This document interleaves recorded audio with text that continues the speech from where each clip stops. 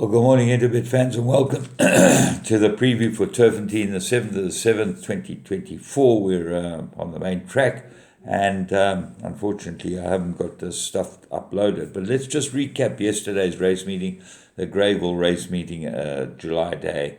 I've seldom seen a worse display of riding in my life. There are people all over the place. The July was an absolute farce. The horse that went to the front won the race. J.P. van der Merwe, kudos to him and Brett Crawford. They went and out, set the pace to suit themselves. Everyone else was caught napping. It was a complete mess of a race. Just really, really poor. And in the earlier races, horses getting impeded, blocked, people just going all over the place. No one rides straight in this country. It really is a sad indictment of the racing we're trying to portray on the world stage when you see this type of a really poor jockeyship. And I think that the NHA should be one of the things on the agenda is to step in and start getting straight riding. You can't ride all over the racecourse.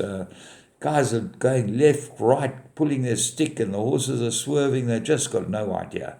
Anyway, that's my brief for today, but let's kick into the race meeting. And the first race is off at 12:25. It's a maiden juvenile plate for fillies, or juvenile plate for fillies at least, and an extremely difficult race. Miss Carletta's been scratched, and so has Jilted. So you're left with like a 7 or 6 horse race. And but they've all got chances. Famous Lady, I'll go through them. It should improve over the distance. 10-1. Fiery Pegasus for very good last start. That was in Alan Robertson Group 1. And you saw what Quid Pro Quo did. She was one of the runners on the day. In fact, the 2 juvenile runners, I think, won handsomely and with no excuses. There were no excuses for anything behind them. And they absolutely dawdled in. But the rest of the racing were a joke. Olivia's Way, Mayhew gets a ride and won a very easy maiden race. I think she's a classy filly, this, and I think that she'll go really well here. I'm looking at Scars of War, shows pace. Two-Step Queen's a front runner as well, and then Word of Alice will definitely have some sort of chance in this race. So the first race looks extremely difficult. The second race looks like an absolute two-cornered affair between excuse me. Legend of Arthur, 2 very easy wins. 5-10 come. He really got some class, this horse. He should be able to win this. Mount Pinatuba looks like the big danger for him. So we go on to race 3, which is a maiden plate, 1,600 metre.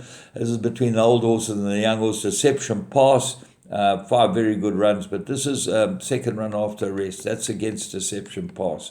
I thought Run River Run was a player in the race. Definitely a much improved last time and had 2 places from 4 starts. And then Kamensky, who knows whether he's ready. He's got 2 very nice runs behind his name as well. And Panning Gold, he's a nice 2-year-old. He's been gelded. He's come back from a rest.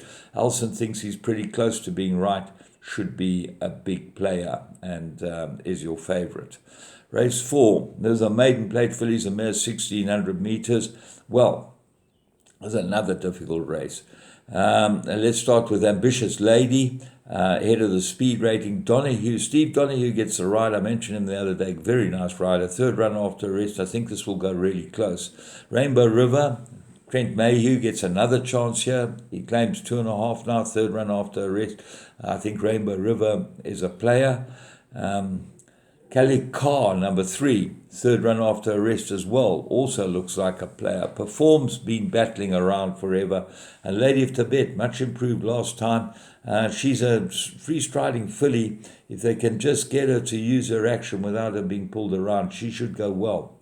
Race 5, this is a Pinnacle and 1,600 metres, and I think William Arnarm looks like a banker. I've got very good form. They've taken the blinkers off. The blinkers didn't seem to help last time. I put them on. maybe he needs gelding, and that could be the chink in his armor. If that's a fact, then the two Van Vuren runners, the Africa House and Joker Man, both got very good form. And I think that the Africa House drifted like a barge last time. He could be a big player today. Give Me a Shot, looks like an improver. And if you're looking for a roughie to put into everything, put in Mercantour. I think this horse will go really well, Mercantour. It's 10-1 in the betting. Race 6, this is another pinnacle, 1100 meters. I like that. Well, Tony Peter has a number of runners in the race. I do like Power Broker. I think he's the right horse. Very good form, course and distance 2 from 2. He's 8-1, this horse, is a ridiculously good price. And all because Lucky Lad is the 9-10 favorite.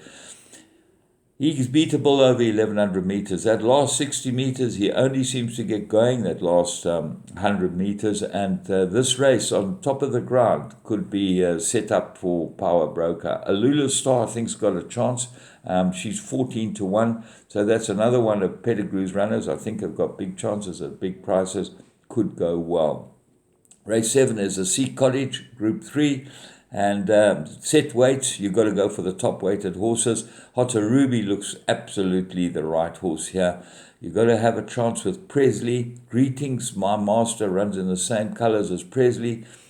Merit rated is beatable. Same with Jury's Out and the same with Mastership. They all look like they've got it all to do against Hotter Ruby here in the Sea Cottage Stakes. He does look like the absolute top one.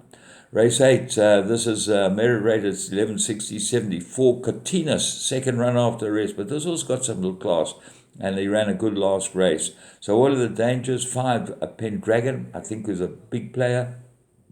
2 very good runs.